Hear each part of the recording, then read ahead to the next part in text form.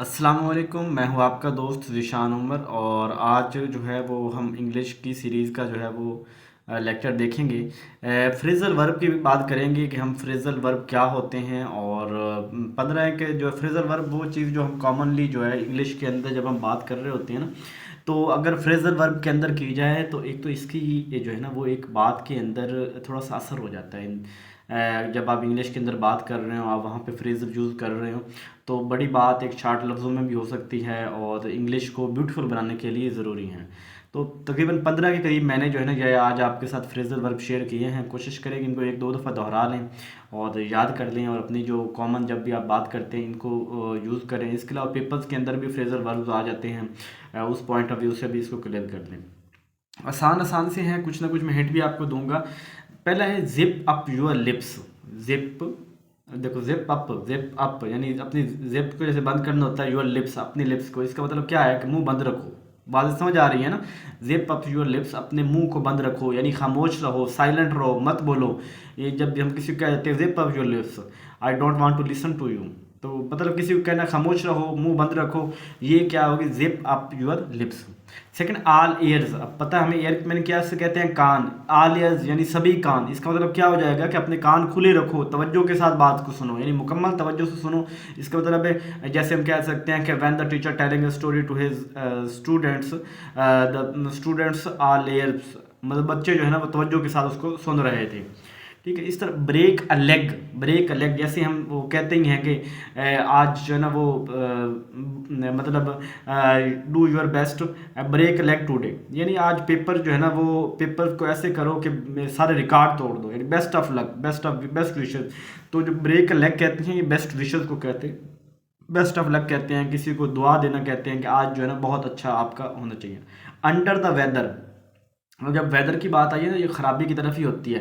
Under the weather यानी जैसे मौसम ख़राब है, अंडर द वेदर है, इस तरह तबीयत का ख़राब होना, यानी I am feeling today under the weather, यानी he is feeling under the weather today, यानी वो उसकी तबीयत जो है ना वो ख़राब है, वो ख़राब फील हो रही है उसे।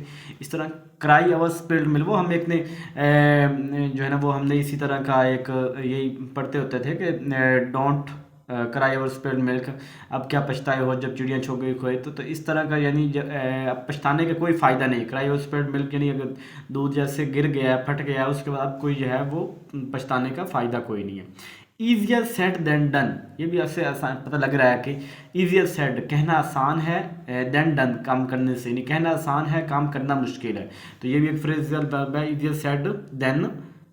इसी तरह एक और है जी, it's not a rocket science, ये हम बड़ा कॉमनली यूज़ करते हैं। It's not a rocket science, कोई रॉकेट साइंस नहीं है। रॉकेट साइंस हमारा जैसे कहते हैं ना कि कोई मुश्किल नहीं है, कोई इतनी मुश्किल चीज़ नहीं है। It's not a rocket science, I can do this work. तो इस तरह ये कोई मुश्किल नहीं है। कीप योर चिन अप, जैसे ना कोई ऐसे मुंह नीचे करके घबरा के बैठा होता है तो हम उसे कहते हैं कि अपनी चिन अप करो, यानी थोड़ा हौसला रखो। जैसे कोई मायूस होकर बैठा है तो कहते हैं सब्र करो, मायूस नहीं हो, अपना चेहरा ऊपर करो। तो यानी मुश्किल वक्त जो है वो गुजर जाएगा, सब्र रखिए, शुक्र कीजिए, परेशान ना होइए। इस तरह kill two birds with one stone, यानी एक तीर से दो शिकार। किल टू बर्ड्स, दो इंदों का शिकार कर। जैसे मैं कहता हूँ कि कोई बंदा है जब मैं ड्राइव भी कर रहा हूँ और साथ के अंदर जो है ना मैं म्यूज़िक भी सुन रहा हूँ, या मैं मोटरसाइकिल वो साइकिल चला रहा हूँ और साइकिल के साथ एक तो सफ़र भी आसान हो रहा है, दूसरा मुझे जो है ना वो सफ़र से मेरी एक्सरसाइज भी हो रही है। तो नहीं, kill two birds with one stone. ठीक है।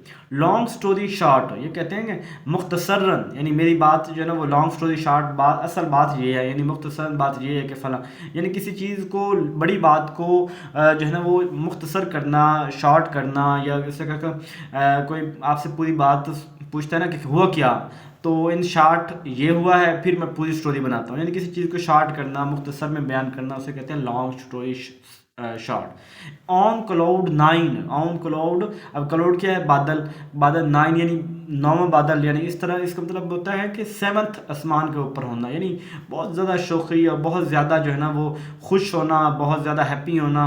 और यानी आज तो आप जो है ना वो ऑन क्लाउड नाइन है, यानी इस तरह का ये ऑन क्लाउड नाइन, ऊपर खुश चीख।